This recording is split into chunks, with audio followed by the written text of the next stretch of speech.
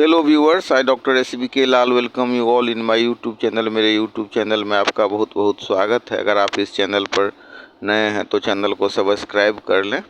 आज का वीडियो बहुत खास होने वाला है। आज हम चर्चा करेंगे न्यूरोलॉजिस्ट सिगमंड फ्राइड, जिनका जन्म 1856 में हुआ था और देहांत 1939 को। ये साइको एनालिसिस के जनक माने जाते हैं। साइको एनालिसिस का जो विकास हुआ है उसमें अद्वितीय नाम है सिगमंड फ्राइड का। ऐसा माना जाता है कि साइको एनालिसिस का जो विकास हुआ है वो इन्हीं का देन है। तो एक घटना उनके ज़िंदगी से संबंधित है जो 1819 के आसपास की है। और उस समय में सिगमंड फ्राइड अपनी पत्नी मार्था के साथ घूमने के लिए गए थे और उनके साथ उनका बेटा भी था।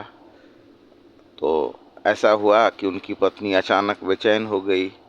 सिगमंड फ्राइड और उनकी पत्नी आनंद ले रहे थे प्राकृतिक दृश्य का, फव्वारा का, और जगह था पार्क।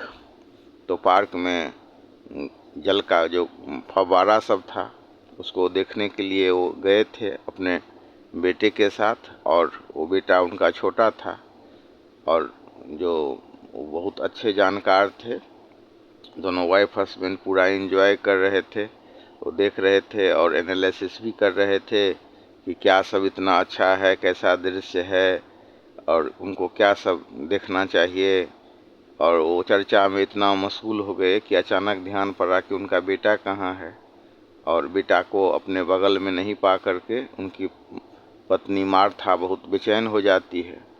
और जब वो बेचैन हो जाती है तो सिगमंड फ्राइड की ओर देखती है और सिगमंड फ्राइड में कोई बेचैनी नहीं देखती है। तो उन पर वो बहुत गुस्सा हो जाती है कि आप कैसे पिता हैं, आपका बेटा खो गया है और आप एकदम बिल्कुल नोटिस इसका नहीं ले रहे हैं। तो सिगमंड फ्राइड ने कहा कि नहीं नहीं बेटा मिल जाएगा तुम्हारा। तो बोली कि बिना खोजे हुए मिल जाएगा?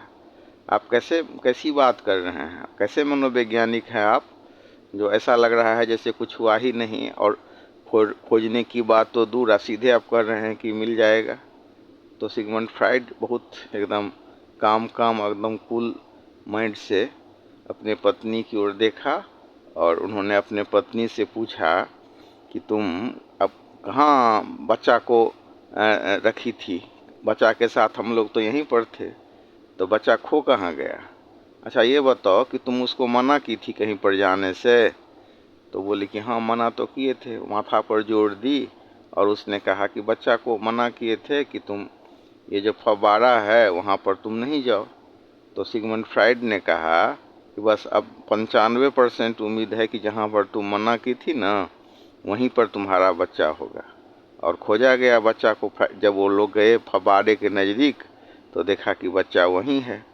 तो फिर वो बहुत आश्चर्यचकित हुई और उन्होंने कहा आप कैसे पता लगा लिए कि बच्चा वहीं होगा? तो उन्होंने कहा कि ये ह्यूमन साइकोलॉजी है। तो साइको एनालिसिस के हिसाब से तुमको ये समझना चाहिए कि जहाँ पर किसी को मना किया जाता है जाने से वो वहीं जाता है। ये नियम बच्चे पर ही नहीं बल्कि बुजुर्ग पर भी लागू होता है।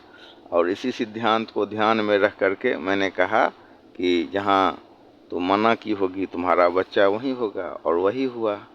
तो इस तरह से साइको एनालिसिस का जो सिद्धांत है उसका उपयोग करके फ्राइड ने अपने बेटे को खोज लिया। तो ये बहुत प्रेरक प्रसंग वाली कहानी है और सिगमंड फ्राइड से जुड़ा हुआ मामला है। लेकिन आप ये भी देख सकते हैं सिगमंड फ्राइड का अगर आप अध्ययन करेंगे तो देखेंगे कि वो क्रोध को बहुत ख़राब मानते हैं, लेकिन स्वयं इतना गुस्सैल स्वभाव के थे। और जिस चीज़ के लिए लोगों को मना करते थे वो अपने जीवन में बहुत बार वो ऐसा नहीं अपना सके। जैसे गुस्सा ही की बात करें तो गुस्सा पर कैसे काबू पाया जाए, इस पर उनका बहुत सारा साइको एनालिसिस है, लेकिन वो बहुत इसको काबू नहीं कर सके।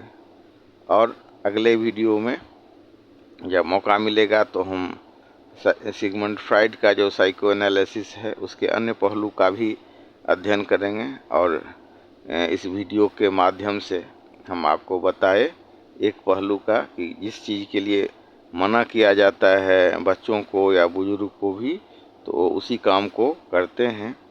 और मनोविज्ञान का ये सीधा साधा सा नियम है और इस आधार पर उन्होंने अपने बच्चे को खोज निकाला।